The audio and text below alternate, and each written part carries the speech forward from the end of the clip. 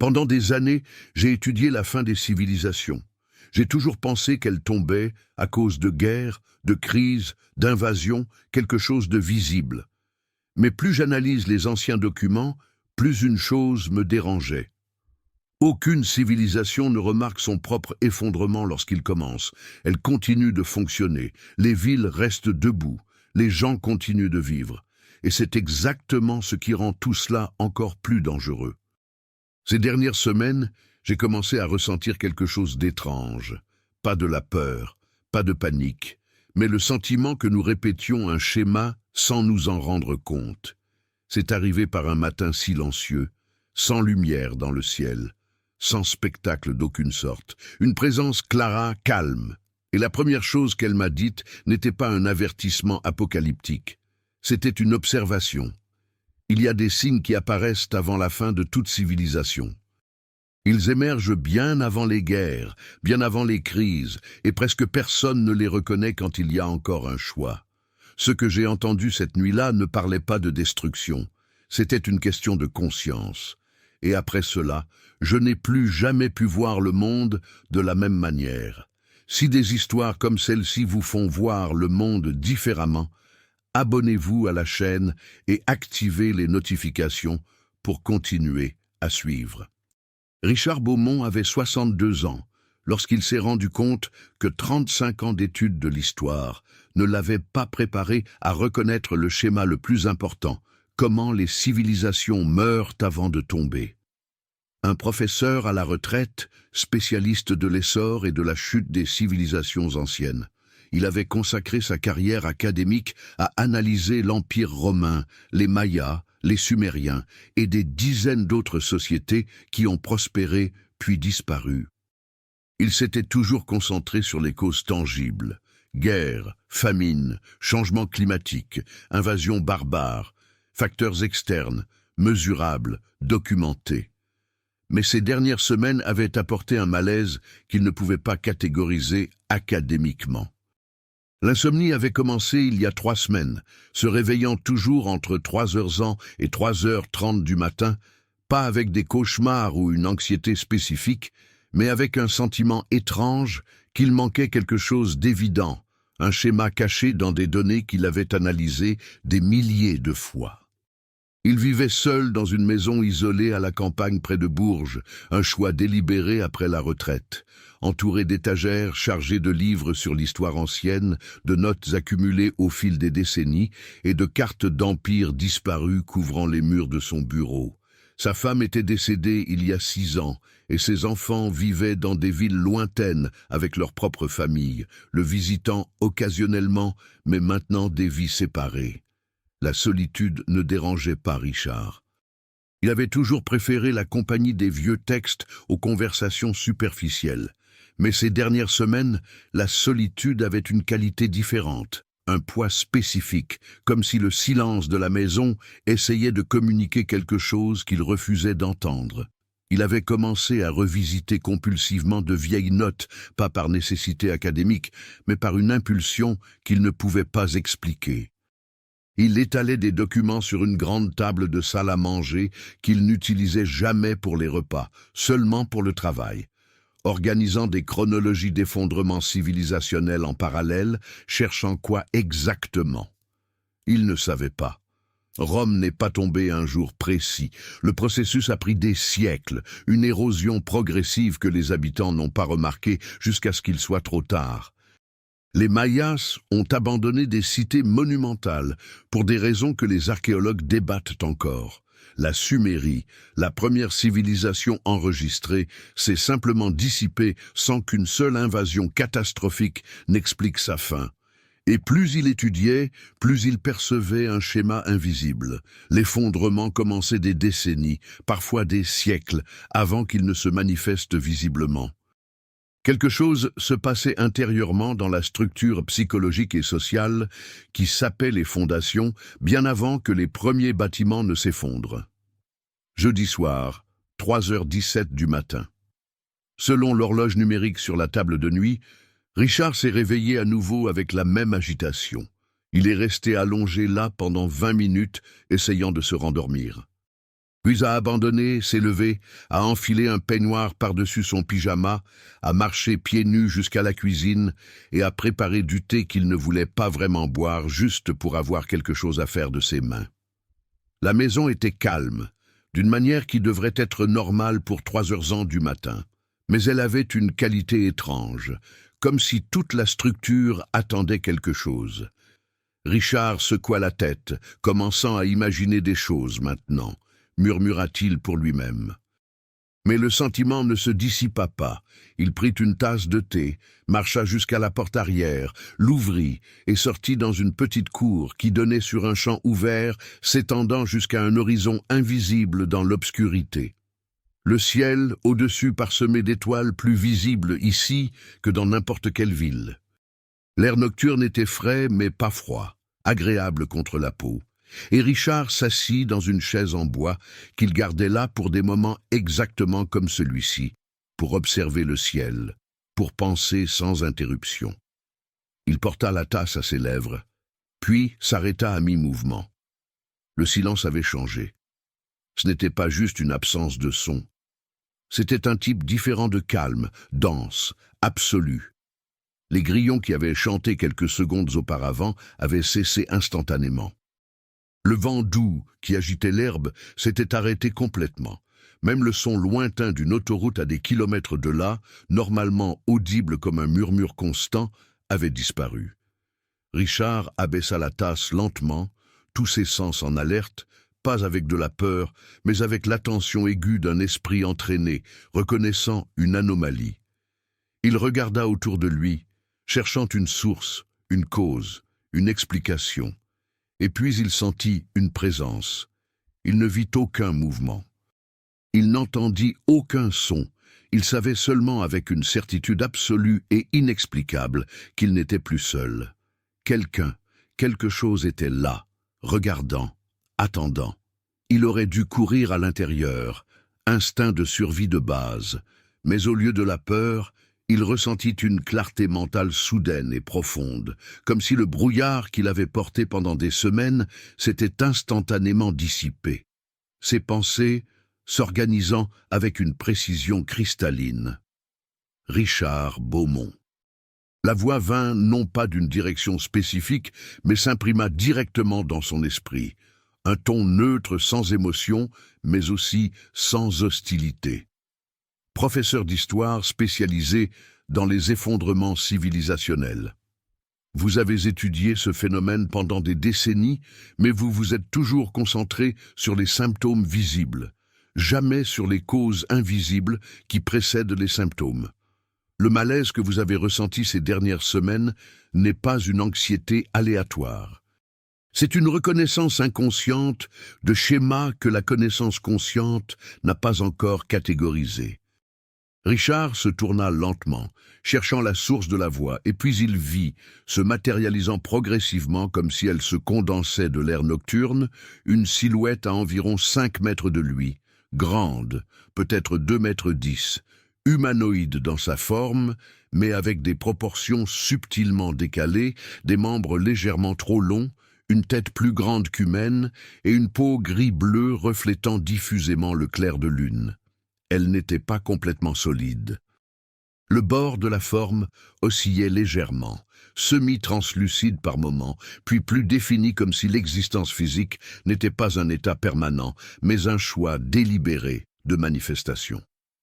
De grands yeux sombres, sans blanc ni pupilles visibles, fixés sur Richard avec une intensité qui n'était pas menaçante, mais profondément concentrée. Analyse en cours, évaluation en cours.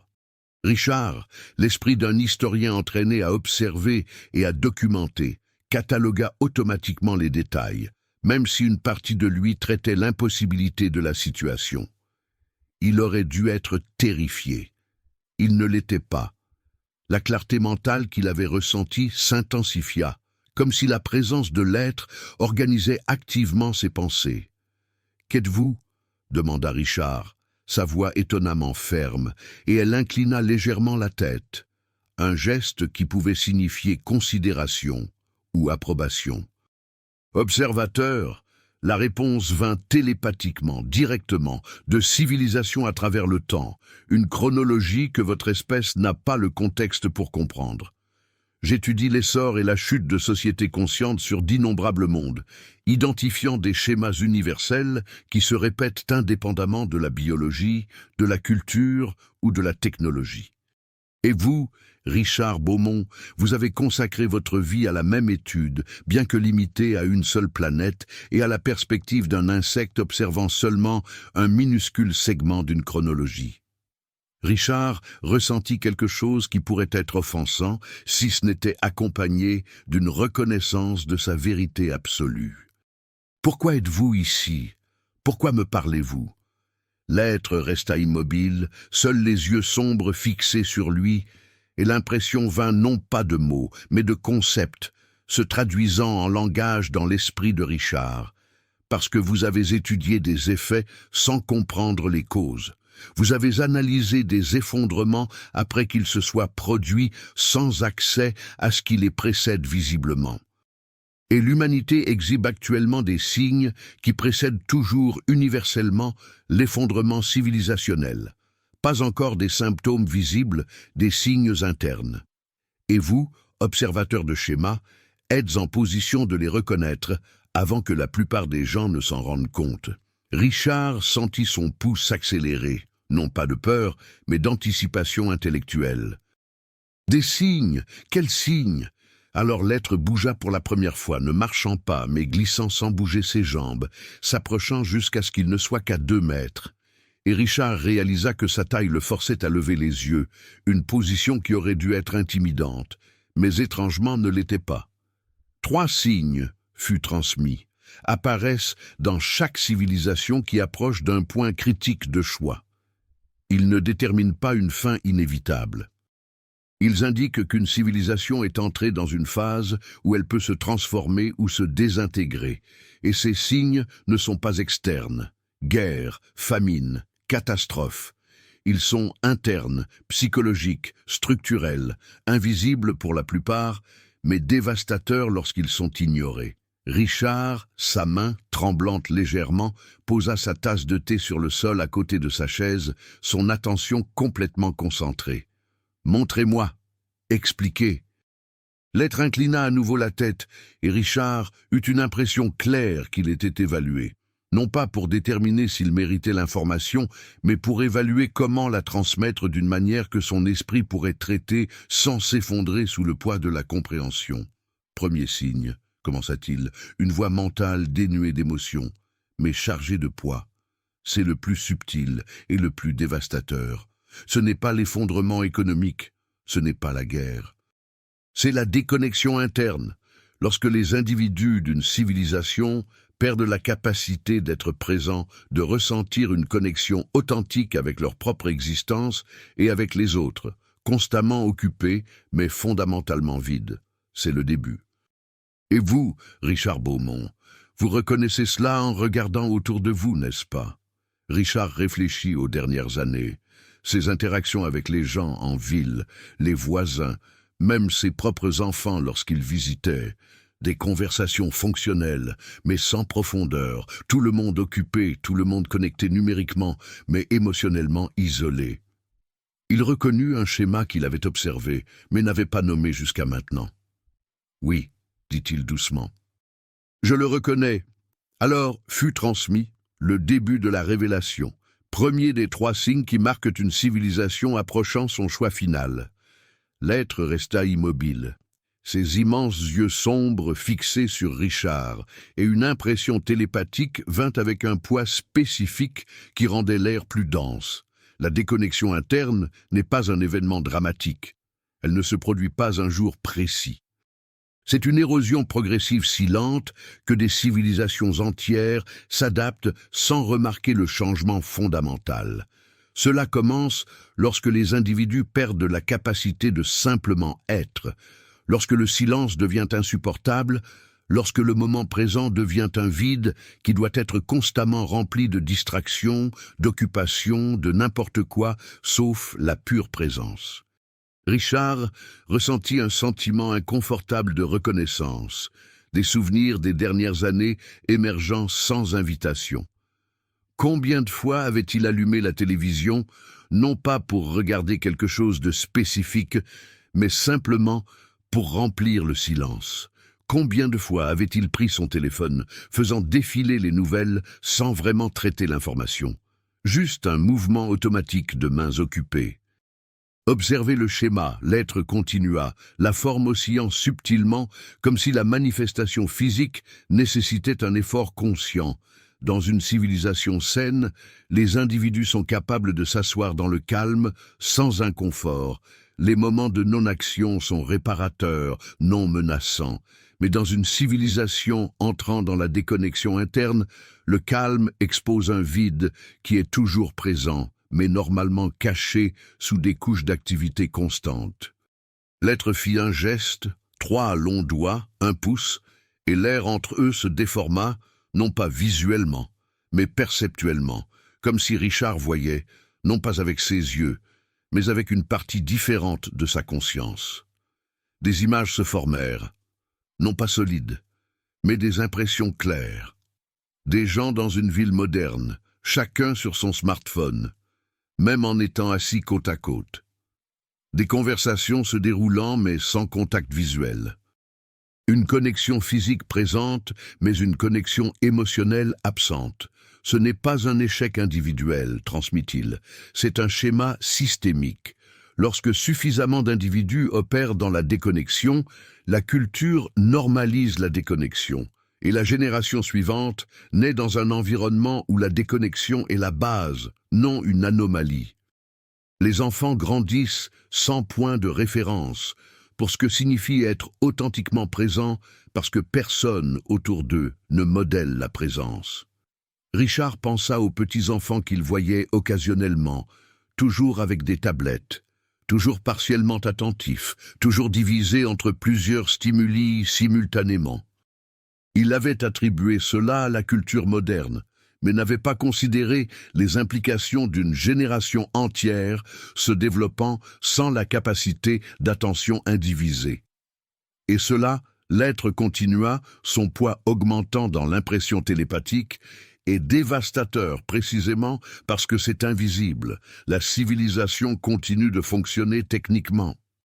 L'économie fonctionne, le gouvernement gouverne. Mais à l'intérieur de chaque individu, le vide grandit et le vide non reconnu se transforme en anxiété chronique.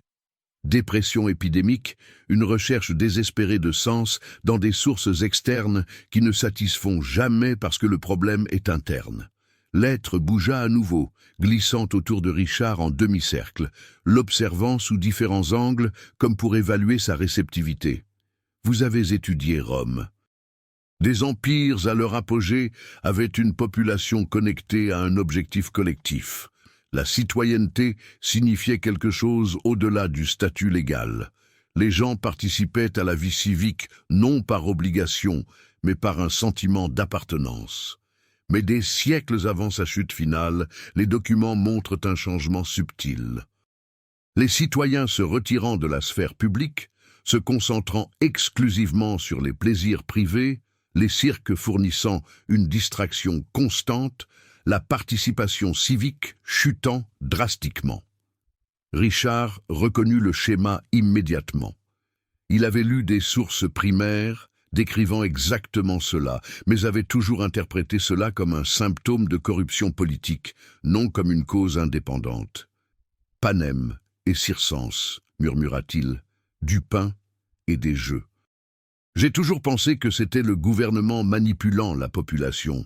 C'était, confirma-t-il, mais une population n'est manipulable par la distraction que lorsqu'elle opère déjà dans la déconnexion interne. Un citoyen authentiquement présent, connecté à un objectif et à une communauté, n'est pas facilement distrait par un spectacle vide. La déconnexion interne crée une vulnérabilité à la manipulation externe. Rome est tombée parce que la population a perdu la capacité d'être présente avec sa propre civilisation des décennies avant que les barbares ne franchissent les frontières. Les images changèrent dans la distorsion perceptuelle entre eux. montrant maintenant non pas une ville moderne, mais des ruines, des structures anciennes s'effondrant. Mais avant l'effondrement, Richard vit l'impression de gens, non pas des Romains, mais une civilisation différente, peut-être extraterrestre, exhibant le même schéma. Occupation constante, escaliers vides, mouvements automatiques sans présence réelle. Le schéma est universel, transmit-il. Je l'ai observé dans 47 civilisations sur une période que votre espèce n'a pas de mots pour mesurer. Biologie différente, culture différente, technologie différente, mais le schéma est identique. D'abord, déconnexion interne, les individus perdant la capacité d'être présents. Et ce n'est pas un choix conscient. Personne ne décide aujourd'hui « je vais me déconnecter intérieurement ». Mais cela se produit progressivement à travers des milliers de micro-choix. Vérifier les appareils au lieu de converser, consommer du divertissement au lieu de créer, éviter le silence au lieu d'habiter le silence. Richard ressentit le poids de tout cela. Des décennies de ses propres micro-choix s'accumulant en un schéma qu'il n'avait jamais nommé, mais reconnaissait maintenant viscéralement. Et cela mène à quoi? L'effondrement est-il inévitable après que la déconnexion interne s'installe? L'être s'arrêta de bouger, revenant à une position frontale face à Richard, et l'impression vint charger de quelque chose qui pourrait être, imaginait-il, un léger espoir, pas inévitable. C'est un signe, un point de choix. Une civilisation dans la déconnexion interne peut continuer à fonctionner techniquement pendant des décennies, même des siècles. Mais elle est dans une phase critique. Si suffisamment d'individus reconnaissent la déconnexion et choisissent consciemment de se reconnecter, non pas par une solution externe, mais par la pratique interne de la présence, le schéma peut s'inverser. Mais si la déconnexion reste non reconnue, un deuxième signe émerge. « Deuxième signal ?» demanda Richard, bien qu'une partie de lui ne voulait pas l'entendre. Le poids du premier signal, déjà plus qu'assez inconfortable, à traiter. « Oui, » confirma-t-il, « mais avant de révéler le second, vous devez pleinement comprendre le premier. La déconnexion interne n'est pas seulement des gens distraits, c'est une érosion fondamentale de la capacité qui définit la conscience. La capacité d'être présent avec sa propre existence, sans médiation constante. Lorsque cette capacité s'atrophie à l'échelle civilisationnelle, tout le reste est construit sur une fondation fragile. L'être fit à nouveau un geste, et Richard vit une impression de structure, non pas physique, mais conceptuelle, comme le diagramme d'un ingénieur montrant des supports de construction. À la base, un petit bloc brillant étiqueté sans mots, mais avec une signification directe. Présence consciente, capacité d'être. Au-dessus, des couches de structure, relations, communautés, culture, institutions, technologies, toutes construites sur une fondation de présence consciente. Et puis la fondation commença à s'éroder, devenant grise, fragile, et les couches au-dessus développèrent des fissures, tremblant, mais pas encore s'effondrant, seulement augmentant l'instabilité. « Observez », transmit-il. Lorsque la fondation s'érode, tout ce qui est construit dessus devient instable. Les relations deviennent transactionnelles parce que personne n'est assez présent pour une vraie intimité. La communauté se fragmente parce que la participation nécessite une présence que personne n'a plus. La culture devient superficielle parce que la création profonde nécessite d'être présent avec le processus créatif. Les institutions perdent leur légitimité parce qu'elles ont été construites par des gens qui étaient présents mais sont maintenant opérées par des gens déconnectés. Richard vit une civilisation entière vacillant sur sa fondation érodée, toujours debout mais précairement, et comprit quelque chose que des décennies d'études historiques n'avaient pas révélé. L'effondrement ne venait pas de l'extérieur. Il venait de l'érosion interne d'une capacité plus basique que la conscience possédait. « Et l'humanité ?» demanda-t-il, sa voix. « Où sommes-nous dans ce processus ?» L'être resta complètement immobile, l'impression venant avec une clarté cristalline. Dans un stade avancé de déconnexion interne, pas encore irréversible, mais approchant d'un point où le renversement devient statistiquement improbable. La plupart des humains opèrent actuellement en mode de survie constant, remplissant chaque moment de distraction, incapables de s'asseoir en silence pendant 5 minutes sans inconfort intense. C'est le premier signe pleinement manifesté. Richard sentit quelque chose se briser en lui, non pas dramatiquement mais définitivement. Un voile de déni qu'il avait inconsciemment maintenu. Il reconnut le schéma non seulement académiquement, mais viscéralement dans sa propre vie, dans tous ceux qui l'entouraient, dans toute la structure de la civilisation moderne.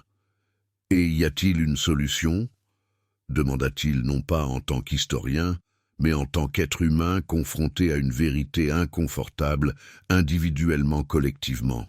« Une solution existe, répondit-il, mais elle nécessite de reconnaître consciemment le premier signe. Chaque individu qui choisit de pratiquer la présence 20 minutes quotidiennement assis, en silence, sans distraction, simplement être, reconstruit la capacité atrophiée, et lorsque suffisamment d'individus reconstruisent la présence, la base se stabilise. La structure au-dessus arrête de trembler. Ce n'est pas une solution rapide, c'est des décennies de pratique, mais c'est possible. L'être commença à se désolidifier légèrement, ses bords devenant plus translucides, et Richard sentit un sentiment d'urgence. « Attendez, vous avez mentionné 3 signes. Le premier est la déconnexion interne. Quels sont les 2 autres ?» La forme se stabilisa à nouveau et l'impression vint. Le deuxième signe émerge naturellement du premier. Lorsque la déconnexion interne se normalise, la perception de la réalité change. Le chaos devient normal. L'absurdité devient acceptable. C'est le deuxième signe, la normalisation du chaos. Et c'est de cela que nous allons parler maintenant. L'être se solidifia complètement à nouveau, sa forme se stabilisant comme si la prochaine révélation nécessitait une présence plus définie. Le deuxième signe est une conséquence directe du premier, mais la plupart ne reconnaissent pas la connexion. Lorsque toute la population opère dans la déconnexion interne, la perception collective de la réalité change fondamentalement. Ce qui devrait être reconnu comme dysfonctionnel, absurde, insoutenable, devient simplement comment les choses sont. Richard s'ajusta dans sa chaise, son esprit d'historien cherchant déjà des parallèles, et sembla comprendre pourquoi l'impression vint avec un ton qui pourrait être d'approbation. « Oui, vous reconnaissez cela dans les documents historiques, mais vous n'avez jamais nommé le schéma. Regardez Rome à nouveau. Un siècle avant sa chute, les sources décrivent la violence dans les jeux augmentant progressivement. Cela a commencé avec des combats simulés, puis de vrais gladiateurs, puis des exécutions publiques de plus en plus élaborées, puis des chrétiens tués par des lions comme divertissement. Richard connaissait l'histoire, mais ne l'avait jamais considérée sous cet angle, et la population a accepté cela comme normal, pas immédiatement fut transmis, progressivement. Le premier événement a choqué, le second a encore dérangé certains, le 10e était attendu, le 100e était une tradition. Le chaos et la cruauté normalisés par exposition répétée jusqu'à ce que personne ne questionne plus l'absurdité de tuer des humains comme divertissement public. C'est la normalisation du chaos, ajustement progressif de la ligne de base de l'acceptable jusqu'à ce qu'un dysfonctionnement sévère devienne juste un mardi. La distorsion perceptuelle parmi eux révéla des impressions non pas de Rome, mais de la civilisation moderne. Des reportages de tragédie après tragédie, des gens faisant défiler avec désinvolture, en mangeant sans traitement émotionnel réel, juste consommer l'information comme n'importe quel autre contenu, fusillade de masse, catastrophe climatique, crise humanitaire, défilé, défilé, défilé. « Observez-vous » demanda-t-il. Non pas que les événements soient complètement ignorés, mais qu'ils soient traités sans impact proportionnel. Une tragédie qui devrait paralyser la civilisation pendant des semaines est absorbée, brièvement discutée, oubliée, lorsque le prochain cycle d'actualité arrive, non par manque d'empathie, mais parce qu'une population déconnectée intérieurement n'a pas la capacité de traiter émotionnellement le volume de chaos constamment présenté. Richard reconnut le schéma viscéralement. Combien de fois avait-il lu sur des catastrophes terribles, ressenti un moment de tristesse, puis continué sa journée comme si rien ne s'était passé? Mais est-ce un mécanisme de défense? Nous ne pouvons pas traiter toute la souffrance dans le monde ou nous deviendrions paralysés. Vérité partielle, répondit-il, mais notez la différence. Dans une civilisation avec une présence interne saine, un événement tragique génère une réponse proportionnelle. Deuil collectif, action coordonnée, changement structurel pour prévenir la répétition.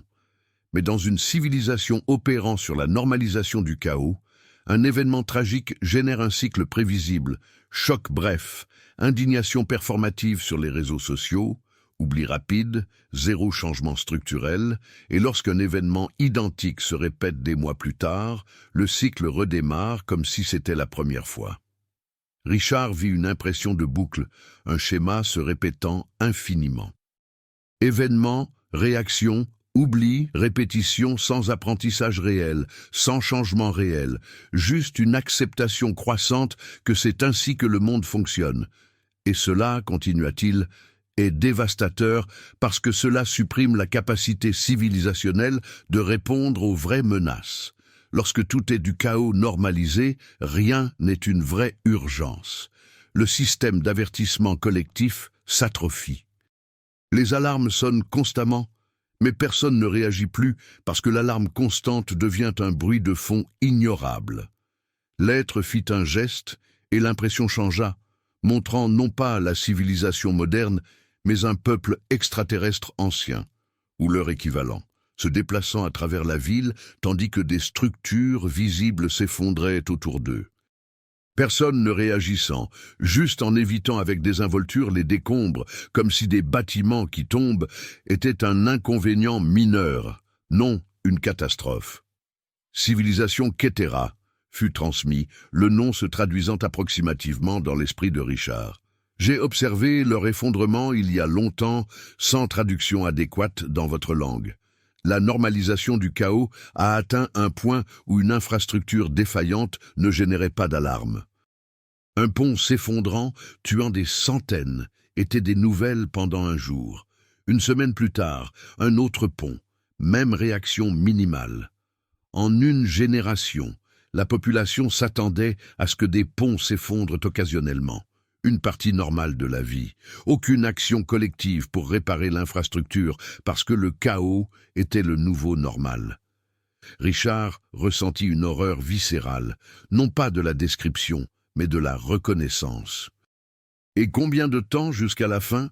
Ketera a pris 120 de ces années standards, de la normalisation complète du chaos à l'effondrement final où la population ne pouvait plus maintenir les structures de base de la civilisation.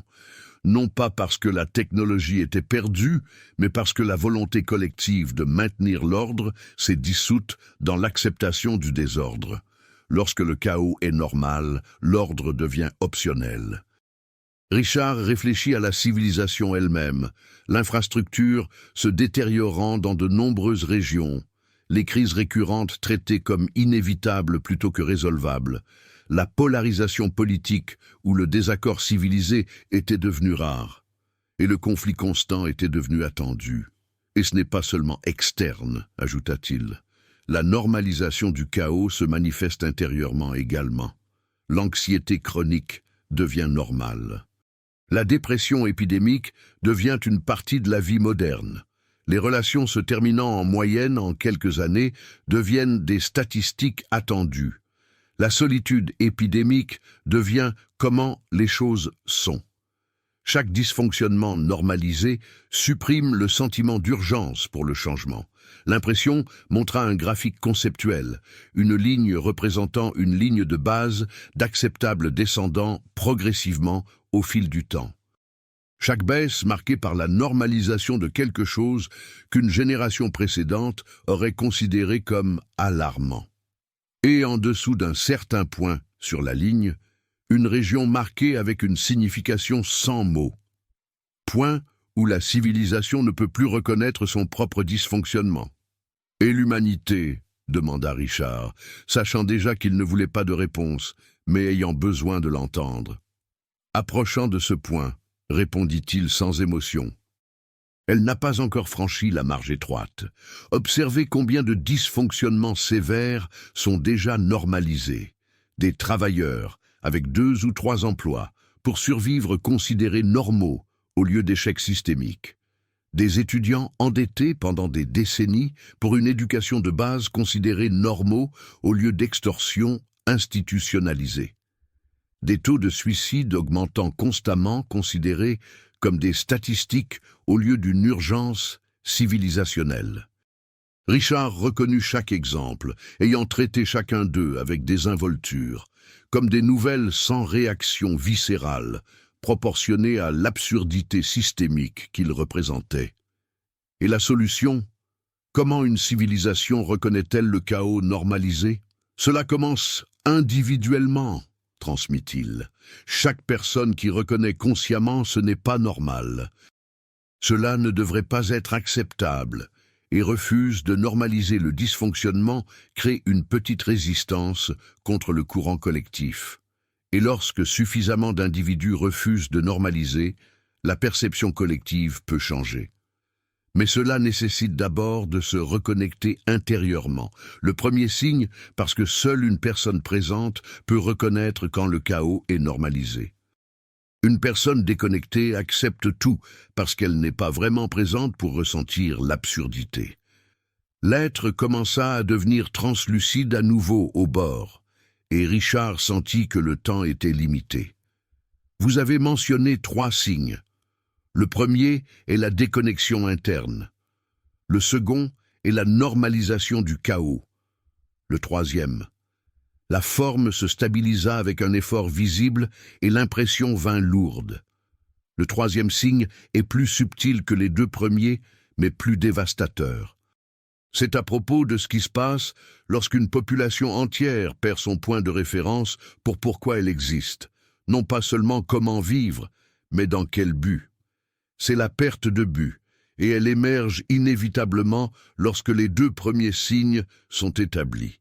Richard sentit que la compréhension complète était proche, mais aussi que le fardeau serait significatif. « Montrez-moi. J'ai besoin de comprendre complètement. »« Oui, » accepta-t-il.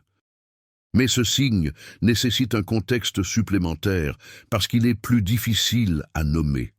Votre civilisation a une technologie avancée, une communication globale, la capacité de résoudre la plupart des problèmes matériels qui ont tourmenté les générations précédentes. Et pourtant, un sentiment de vide existentiel grandit, le suicide augmente, la dépression est épidémique. Pourquoi?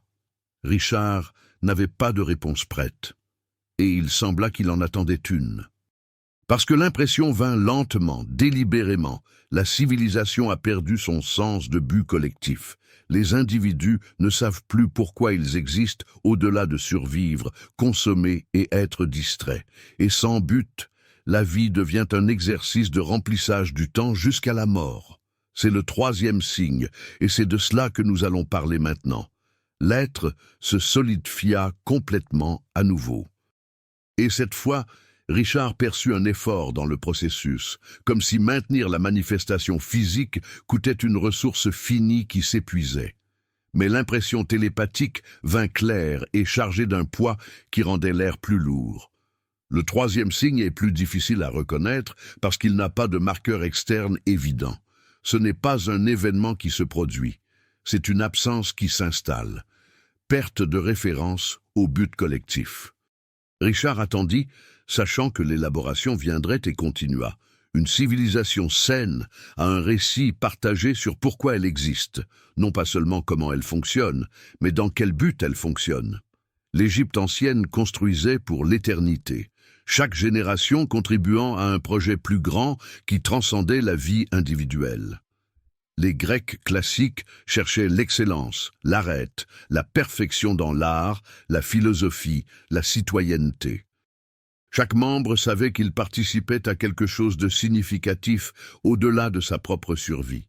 L'impression montra non pas des images, mais un sentiment, l'essence de civilisation où chaque individu comprenait son rôle dans une tapisserie plus large, le travail ayant une signification non seulement pour la rémunération, mais pour sa contribution à un but collectif que tout le monde reconnaissait et valorisait. Mais lorsque la déconnexion interne s'installe, transmit-il, et que le chaos se normalise, quelque chose de plus profond s'érode, un sens de but collectif. Le travail devient simplement un moyen de survie, non une contribution significative. Les relations deviennent transactionnelles, non des connexions profondes. La vie devient une série de tâches à accomplir, non un voyage avec une signification intrinsèque. Richard reconnut immédiatement un schéma dans sa propre expérience récente. La retraite était censée être libératrice, mais elle avait apporté le vide parce que le travail, bien qu'il ne l'aimât pas, avait fourni structure et but, même si superficiel. Sans travail, sans responsabilités urgentes, sans demande externe, qu'est-ce qui restait pour remplir le temps jusqu'à la mort, murmura-t-il, ne réalisant pas qu'il avait parlé à voix haute. Exactement, confirma-t-il. Et ce n'est pas une condition individuelle isolée, mais une épidémie civilisationnelle. Lorsque la majorité opère sans sens de but, au-delà de la survie et de la consommation, toute la civilisation perd sa direction. La technologie avance, mais sans clarté sur son but. La richesse s'accumule, mais sans compréhension de son but au-delà d'accumuler plus. La connaissance s'étend, mais sans sagesse sur comment utiliser cette connaissance pour un but plus grand. La distorsion perceptuelle révéla la civilisation moderne. D'immenses gratte-ciel, technologie sophistiquée, communication globale instantanée. Mais lorsque Richard regarda de plus près l'impression des gens à l'intérieur de ces structures, il vit des escaliers vides, des mouvements mécaniques, des vies vécues, sans conviction ni signification profonde, juste l'exécution de routine jusqu'à la fin inévitable. Observer le paradoxe fut transmis. L'humanité moderne a la capacité de résoudre la faim mondiale. Elle a les ressources et la technologie, mais elle ne la résout pas parce qu'il n'y a pas de but collectif dirigeant les ressources vers cette fin. Elle a la capacité d'inverser la dégradation environnementale, mais elle ne le fait pas parce que le but individuel de consommation l'emporte sur le but collectif de préservation. Elle a les connaissances médicales pour guérir de nombreuses maladies, mais les systèmes de santé échouent parce que le profit individuel a remplacé le but collectif de prendre soin.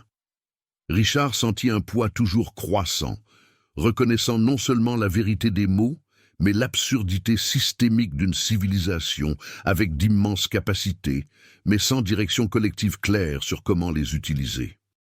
Et cela, continua-t-il, se manifeste au niveau individuel comme une crise existentielle épidémique. Le suicide augmente non pas parce que les conditions matérielles se sont détériorées. À de nombreux endroits, elles se sont améliorées, mais parce que la vie sans but devient insupportable. Les humains peuvent survivre à la privation matérielle avec un sens de but, mais ils ne peuvent pas survivre à long terme à l'abondance matérielle sans sens de but. Le vide consume de l'intérieur. L'être fit un geste et l'impression montra un graphique conceptuel, une ligne représentant les taux de suicide augmentant progressivement dans les pays développés au fil des décennies, coïncidant non pas avec la détérioration des conditions matérielles, mais avec l'augmentation de la déconnexion interne et la normalisation du chaos. Notez le schéma. Les sociétés plus riches n'ont pas des taux de suicide plus bas. Elles ont souvent des taux plus élevés parce que la richesse matérielle sans but existentiel est une recette pour le désespoir. Richard considéra des statistiques qu'il connaissait des études historiques. Les pays scandinaves, avec des niveaux de vie élevés, mais aussi des taux élevés de dépression et de suicide. Un paradoxe qui n'avait jamais eu de sens complet jusqu'à maintenant. Donc le but est plus fondamental que le confort matériel. Oui, l'être répondit simplement, Les humains ne sont pas principalement des créatures de confort, ils sont des créatures de sens. Ils peuvent endurer un inconfort immense si cet inconfort sert un but qui est compris et valorisé. Mais ils ne peuvent pas endurer le confort vide sans dégradation psychologique sévère. Et lorsqu'une civilisation entière perd son sens collectif de but, il n'y a nulle part pour l'individu de trouver un sens parce que la structure sociale ne fournit plus de récits partagés sur pourquoi exister. L'impression changea, révélant non pas des humains, mais une civilisation extraterrestre différente. Des êtres avec une morphologie complètement non humaine, se déplaçant à travers une ville technologiquement avancée, mais avec le même sens de vide, le même manque perceptible de but dans leur posture et leurs mouvements. La civilisation Tarvesh fut transmise, je les ai observés pendant l'équivalent de 5 de leur génération. Ils ont accompli des avancées technologiques remarquables. Ils ont éliminé la pénurie matérielle. Ils ont considérablement prolongé l'espérance de vie. Et le taux d'autoterminaison, équivalent au suicide, a augmenté de 300% en 2 générations parce qu'ils ont résolu les problèmes de survie mais n'ont pas répondu à la question fondamentale. Survivre pourquoi? Richard sentit un frisson, non pas de froid mais de reconnaissance. Et que leur est-il arrivé? Déclin progressif, répondit-il sans émotion. Pas une catastrophe soudaine, mais un vidage progressif. Les taux de natalité ont chuté drastiquement parce que créer une nouvelle vie nécessite une croyance que la vie a une valeur inhérente. Et sans but collectif, cette croyance s'érode. La population a vieilli sans remplacement. Les structures physiques sont restées intactes mais inhabitées. La civilisation n'a pas explosé, elle s'est juste dissipée. Le dernier Tarve est mort seul dans des villes vides que les générations précédentes avaient construites avec des espoirs que les générations finales ne ressentaient plus. Richard envisagea une scène des villes intactes, mais silencieuses, une technologie fonctionnelle mais non opérée, des monuments à l'ambition d'une civilisation qui avait perdu la volonté de continuer. Et il n'y avait pas de solution, pas de moyen de restaurer le but. Il y en avait, fut transmis, et pour la première fois, Richard détecta quelque chose comme de la tristesse dans l'impression. Mais cela nécessitait de reconnaître la perte avant que l'atrophie ne devienne irréversible. Certains Tarvesh individuels l'ont reconnu. Ils ont essayé de créer des communautés avec un but partagé, mais la masse critique n'a jamais été atteinte. La plupart sont restés dans un état de vide normalisé jusqu'à ce qu'il n'y ait plus assez de volonté restante pour changer. L'être commença à devenir translucide à nouveau, une manifestation coûtant clairement plus maintenant, mais se stabilisa pour la transmission finale sur le 3e signal. Et l'humanité est à un stade intermédiaire de cette progression. Pas aussi avancé que Tarvesh l'était, mais clairement sur une trajectoire similaire. La perte de but collectif se manifeste de 100 façons. Les jeunes générations questionnant pourquoi elles devraient amener des enfants dans un monde qui semble n'avoir aucun avenir. Les travailleurs opérant dans un épuisement épidémique parce que le travail n'a aucune signification au-delà de payer les factures. Les gens vivant pour les week-ends, puis pour la retraite, puis mourant sans avoir vraiment vécu, parce que leur vie entière était un report de sens qui n'est jamais arrivé. Richard sentit chaque mot comme une accusation personnelle, non pas parce qu'il jugeait qui que ce soit, mais parce qu'il reconnaissait un schéma dans sa propre vie. Des décennies consacrées à une carrière qui fournissait statut et sécurité, mais jamais une réponse satisfaisante à pourquoi je fais cela au-delà de la nécessité et la résolution, demanda-t-il, sa voix chargée non seulement de curiosité intellectuelle, mais d'un besoin personnel urgent. Comment, en tant qu'individu, en tant que civilisation, restaure-t-on le but perdu? L'être resta immobile, ses immenses yeux sombres fixés sur Richard avec une intensité qui semblait voir à travers lui. Et l'impression vint lentement, délibérément. Le but ne peut pas être imposé extérieurement, il ne peut pas être légiféré ou acheté, il émerge lorsque l'individu se reconnecte intérieurement. Premier signe résolu, reconnaît et refuse de normaliser le chaos. Deuxième signe résolu et puis demande honnêtement « Quel est mon but au-delà de survivre ?» La réponse n'est pas la même pour tout le monde, mais le processus de demander et de chercher une réponse authentique reconstruit déjà un sens de but que l'absence de questionnement a éliminé. L'être commença à se dissoudre plus rapidement maintenant, le temps s'épuisant clairement, et Richard sentit un sentiment d'urgence. Attendez. 3 signes révélés. Mais que faisons-nous avec cette connaissance? Comment cela change-t-il quoi que ce soit? La forme se stabilisa une dernière fois avec un effort visible, et l'impression vint chargée d'un poids final. La connaissance sans action est inutile, mais l'action sans compréhension est aveugle. Vous comprenez maintenant 3 signes: déconnexion interne, normalisation du chaos, perte de but, et vous reconnaissez que l'humanité exhibe les 3. Ce que vous faites avec la connaissance détermine si vous contribuez à l'éveil ou restez dans le sommeil collectif. C'est un choix individuel avec des conséquences collectives. L'être était presque complètement translucide maintenant, sa forme oscillant comme si l'existence physique était un effort insoutenable. Mais avant de se dissoudre complètement, il transmit une impression finale et la plus importante. Richard Beaumont. Les 3 signes révélés ne sont pas une prophétie de fin inévitable. Ils sont un diagnostic d'une condition traitable, si elle est reconnue avant d'atteindre un point critique. Écoutez attentivement, parce que c'est l'essence de tout ce que j'ai partagé. Richard se pencha en avant inconsciemment, chaque fibre de son attention concentrée, et continua. Des 47 civilisations que j'ai observées exhibant ces 3 signes, 17 ont traversé une phase critique et se sont transformées. Elles ne sont pas revenues à un état précédent. C'est impossible. L'évolution ne s'inverse pas, mais elles se sont réorganisées à un niveau plus élevé de conscience collective. 30 civilisations n'ont pas traversé. Elles se sont dissipées par déclin progressif ou effondrement abrupt. Richard sentit un mélange d'espoir et d'urgence. Différence, qu'ont fait les 17 que les 30 n'ont pas fait. Reconnaissance consciente, répondit-il, poids absolu dans la transmission.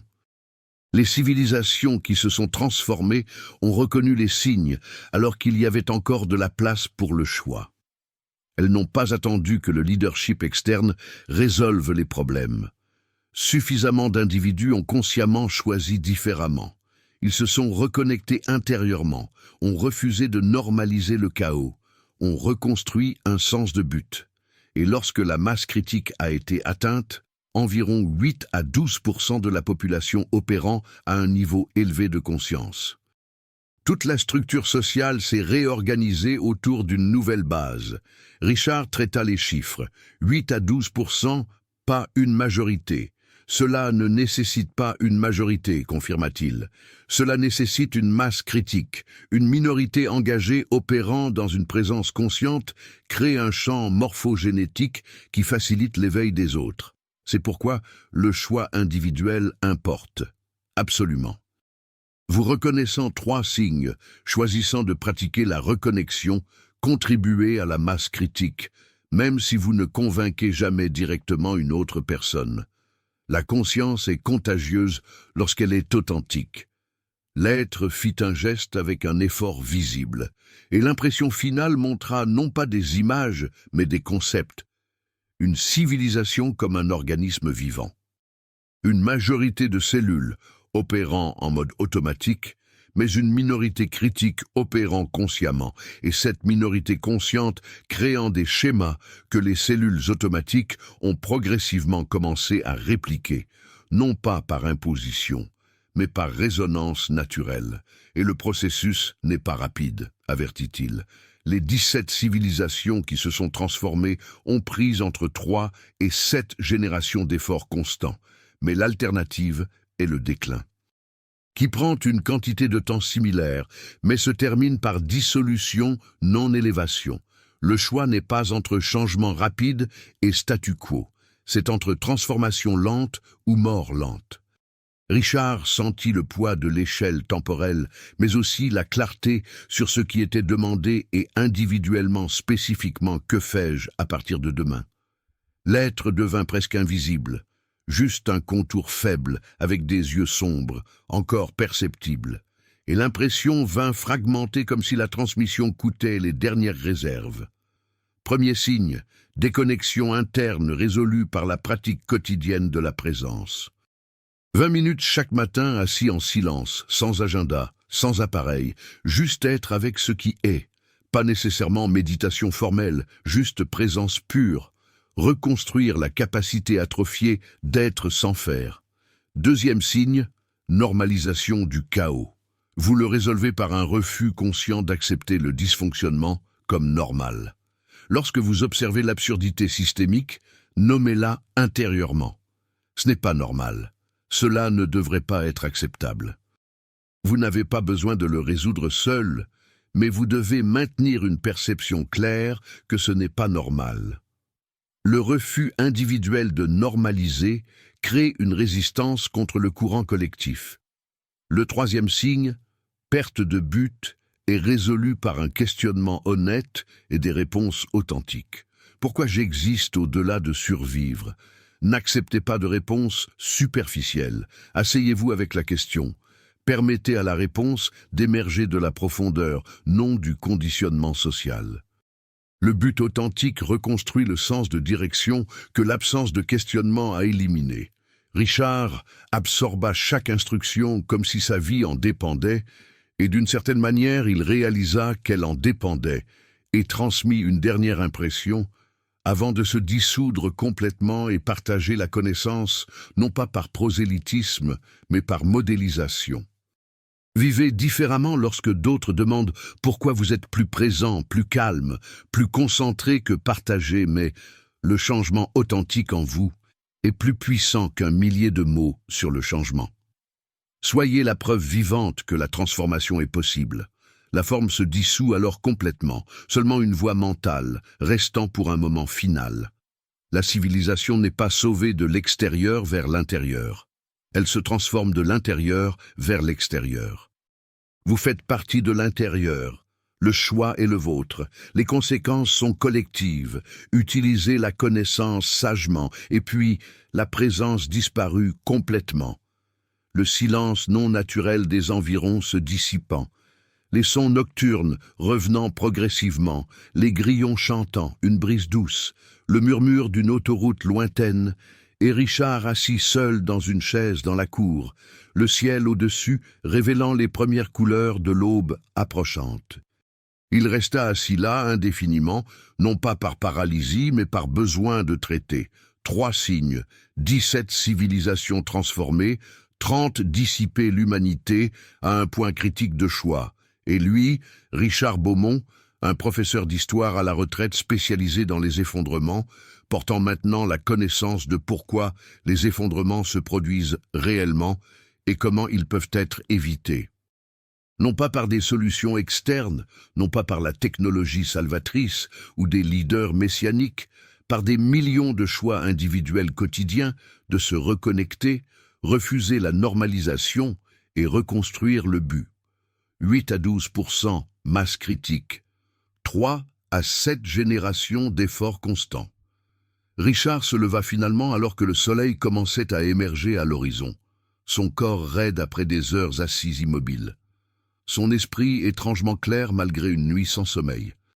Il prit une tasse de thé longtemps froide, rentra à l'intérieur et pour la première fois en semaine ressentit non pas une agitation indéfinie, mais la clarté d'un but spécifique. Il savait ce qu'il ferait. Il commencerait à pratiquer la présence ce matin même. Il revisiterait les notes d'une vie de travail, non pas comme un exercice académique, mais comme une analyse de schéma à travers une nouvelle lentille. Et lorsque le moment serait venu, non pas forcé, mais naturel, il partagerait ce qu'il avait appris avec ceux qui avaient des oreilles pour entendre. Il ne sauverait pas la civilisation tout seul, mais il serait l'un des peut-être millions nécessaires pour la masse critique. Et cela Richard comprit alors qu'il préparait du café frais et regardait le soleil se lever par la fenêtre de sa cuisine était suffisant. Choix individuel, conséquences collectives, transformation lente mais possible. Et tout cela commençait par reconnaître 3 signes et choisir consciemment différemment. Ce matin-là, alors que le soleil illuminait la maison isolée à la campagne, Richard Beaumont commença à choisir différemment. Non pas dramatiquement, non pas visiblement pour un observateur extérieur, mais fondamentalement, et quelque part à travers une distance que l'esprit humain n'avait pas de contexte pour mesurer, l'observateur enregistra, un autre a choisi de s'éveiller. Masse critique un pas plus près. Richard Beaumont n'a jamais publié d'études académiques sur cette nuit. Il n'a pas écrit d'article pour une revue scientifique. Il n'a pas cherché de validation externe pour une expérience qu'il savait que personne ne croirait sans la vivre. Mais cela l'a changé fondamentalement, visiblement pour quiconque prêtait attention. Il a commencé à pratiquer la présence ce matin-là et l'a maintenue constamment pendant des années par la suite. 20 minutes chaque jour, assis en silence, sans agenda.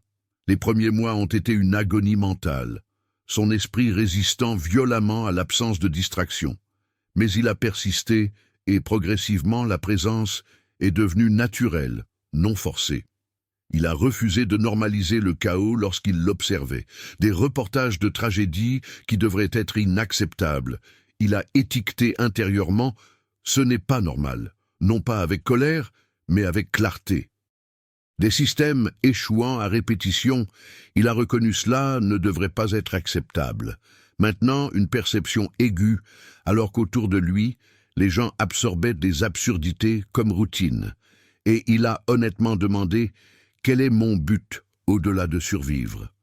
Il s'est assis avec cette question pendant des mois, sans forcer une réponse. Et finalement, la réponse a émergé non pas du conditionnement social, mais d'une profondeur authentique. Il existait pour être un témoin conscient d'un moment civilisationnel critique, pour modeler la transformation possible, pour contribuer même minimalement à la masse critique nécessaire. Les enfants ont remarqué un changement lorsqu'ils ont visité. « Papa, tu es différent, plus présent. » Les voisins ont commenté. Quelques-uns ont demandé directement ce qui avait changé.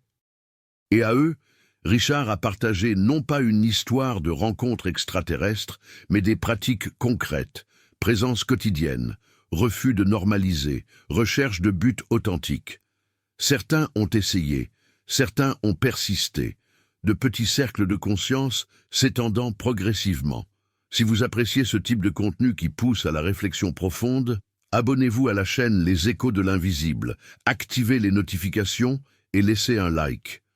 D'où nous écoutez-vous en ce moment? Partagez votre ville dans les commentaires. Richard n'a jamais su si l'humanité atteindrait la masse critique de 8 à 12% nécessaire pour la transformation civilisationnelle, mais il savait que son choix contribuait à cette possibilité et cela était suffisant. Ces signes n'annoncent pas une fin inévitable. Ils annoncent un point critique de choix. Certaines civilisations transitent et se transforment. D'autres se dissipent. La différence réside dans la reconnaissance consciente et les choix individuels s'accumulant en une masse critique. Si cette histoire a suscité des questions profondes sur le but, la présence et la conscience au milieu du chaos normalisé, il existe une ressource qui peut approfondir votre voyage de reconnexion. Le livre numérique « Se reconnecter avec votre essence divine » pour ceux qui reconnaissent les signes et se sentent appelés à choisir consciemment, différemment. Ce livre offre des chemins regardant vers l'intérieur au lieu de chercher à l'extérieur. Découvrir que la transformation civilisationnelle commence par la reconnexion individuelle, non pas avec des solutions externes. Se reconnecter avec l'essence divine oubliée. Un noyau de présence pure, au-delà de la déconnexion normalisée. Une capacité d'être qui s'atrophie, négligée mais récupérable par la pratique. Briser le voile de l'illusion qui vous sépare de votre vérité. Dissoudre le conditionnement qui a normalisé le chaos et la déconnexion comme s'ils étaient inévitables plutôt que des choix collectifs réversibles. Établir une connexion directe avec le Créateur, non pas par des intermédiaires externes, mais par la présence intérieure. Un but authentique émergeant de la profondeur, non pas d'une surface conditionnée, dissolvant des croyances limitantes profondément ancrées. des croyances qui dictent que la transformation individuelle n'a pas d'importance. Alors qu'en réalité, chaque choix conscient contribue à la masse critique nécessaire. Lien disponible dans le premier commentaire épinglé sous la vidéo. Si vous n'êtes pas déjà abonné, abonnez-vous à la chaîne et activez la cloche de notification. Chaque semaine, nous partageons des histoires qui éveillent des souvenirs oubliés, dissolvent des illusions confortables et indiquent le chemin de retour vers qui vous avez toujours été sous les couches de conditionnement. Nous ne prêchons pas de vérités absolues. Nous partageons des expériences qui résonnent avec ceux qui sont prêts à écouter. Laissez un commentaire. Reconnaissez-vous les 3 signes dans la civilisation d'aujourd'hui? Lequel résonne le plus profondément? Comment choisissez-vous de répondre?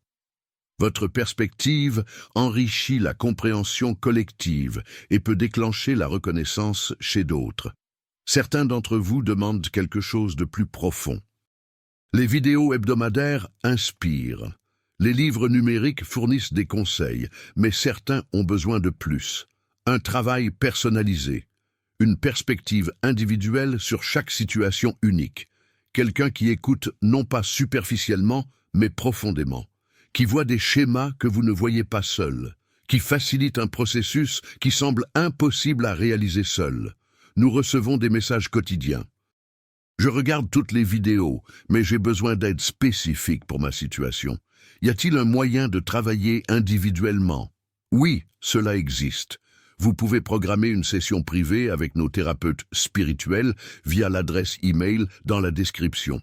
Des professionnels formés dans les processus d'éveil, de guérison profonde et de reconnexion avec votre vraie essence. Ce n'est pas de la thérapie conventionnelle. Ce ne sont pas des conseils génériques. C'est un travail spécifiquement dirigé vers où vous êtes bloqué, fragmenté ou perdu. Les sessions sont individuelles par appel vidéo. 1h30 d'attention indivisée dédiée à faciliter votre processus unique. Nous ne vendons pas de formules toutes faites. Nous travaillons avec ce dont votre âme a besoin. Maintenant, certains ont besoin d'une session unique. D'autres ont besoin d'un suivi pendant des mois. Chaque voyage est différent. Mais soyez honnête avec vous-même avant de prendre contact. Ce n'est pas pour ceux qui cherchent des solutions magiques rapides. C'est pour ceux qui sont authentiquement prêts pour un travail intérieur profond. Pour ceux qui reconnaissent que le vrai changement nécessite un engagement, non seulement à la session, mais au processus qui continue entre les sessions. Pour ceux qui veulent aller au-delà de regarder des vidéos et sont prêts à vivre la transformation. Si c'est vous, l'adresse e-mail est dans la description. Nous répondrons avec des détails sur l'investissement, la disponibilité et les prochaines étapes. Revenant à l'histoire de Richard, elle ne se termine pas avec une réponse définitive sur l'avenir de l'humanité. Elle se termine avec un choix présent. Reconnaître ou ignorer, s'éveiller ou dormir, contribuer à la masse critique ou rester dans un courant inconscient. 3 signes sont évidents. Va dans une civilisation lointaine ou un temps ancien, mais ici, maintenant, observable pour ceux qui ont des yeux pour voir. La déconnexion interne est épidémique. Le chaos est normalisé. Le but est perdu. Et la plupart ne le reconnaissent pas parce que ces signes sont devenus la base, le nouveau normal invisible précisément parce qu'il est universel. Mais la connaissance change tout. Vous ne pouvez pas ne pas être conscient de ce que vous savez déjà. Vous ne pouvez pas ignorer les schémas après les avoir reconnus, et le choix devient clair, même s'il est difficile. Perpétuer les schémas par participation inconsciente ou interrompre les schémas par des choix quotidiens conscients. 20 minutes de présence pure. Un refus de normaliser les absurdités, une recherche honnête de buts authentiques, des actions simples, difficiles à maintenir de manière constante, mais cumulativement transformatrices. Et vous n'êtes pas seul. Quelque part en ce moment, d'autres reconnaissent les mêmes signes, font les mêmes choix, contribuent à la même masse critique, 8 à 12%. Pas une majorité, mais suffisant. Et chaque choix conscient rapproche l'humanité de ce seuil. 17 civilisations se sont transformées par 3 à 7 générations d'efforts constants. 30 se sont dissipés parce que la reconnaissance est venue trop tard ou la masse critique n'a jamais été atteinte. L'humanité écrit son propre chapitre maintenant. La fin n'est pas déterminée. Elle est choisie individu par individu, choix par choix, moment présent par moment présent. Richard Beaumont a fait un choix. Il a transformé non seulement sa propre vie, mais des cercles autour de lui. De petites ondulations s'étendant, touchant d'autres qui touchent encore d'autres. Il n'a pas sauvé la civilisation seul, parce que personne ne peut. Mais il était l'un des millions nécessaires, et cela a fait toute la différence. La question qui reste n'est pas à propos de Richard, c'est à propos de vous. Reconnaissez-vous les signes? Choisissez-vous consciemment différemment? Contribuez-vous à la masse critique ou perpétuez-vous le sommeil collectif? Il n'y a pas de mauvaise réponse, seulement des conséquences individuelles devenant des conséquences collectives, des choix présents déterminant des avenirs civilisationnels. Un observateur a noté Richard. Un autre s'est réveillé. Qu'enregistrera-t-il à propos de vous? Oh, avant de partir, si vous ressentez dans votre cœur de soutenir notre chaîne, il y a 2 façons de contribuer. Devenir membre de la chaîne, c'est un soutien mensuel récurrent comme un abonnement. Vous pouvez trouver le bouton devenir membre sous la vidéo ou via Super Merci une contribution unique du montant que vous jugez approprié, laissez directement ici dans les commentaires via l'icône de cœur avec un signe $. Les 2 options existent pour ceux qui valorisent le travail et voulaient continuer. Rappelez-vous, vous n'êtes pas ici par hasard. Quelque chose dans cette histoire était destiné à vous, spécifiquement à vous. Peut-être la confirmation qu'il cherchait, peut-être l'appel qu'il a finalement entendu, ou peut-être est-ce juste la graine plantée aujourd'hui qui germera demain. Peu importe ce qui s'est passé, ce qui importe c'est que vous êtes arrivé jusqu'ici, et c'est tout. Jusqu'à la prochaine histoire.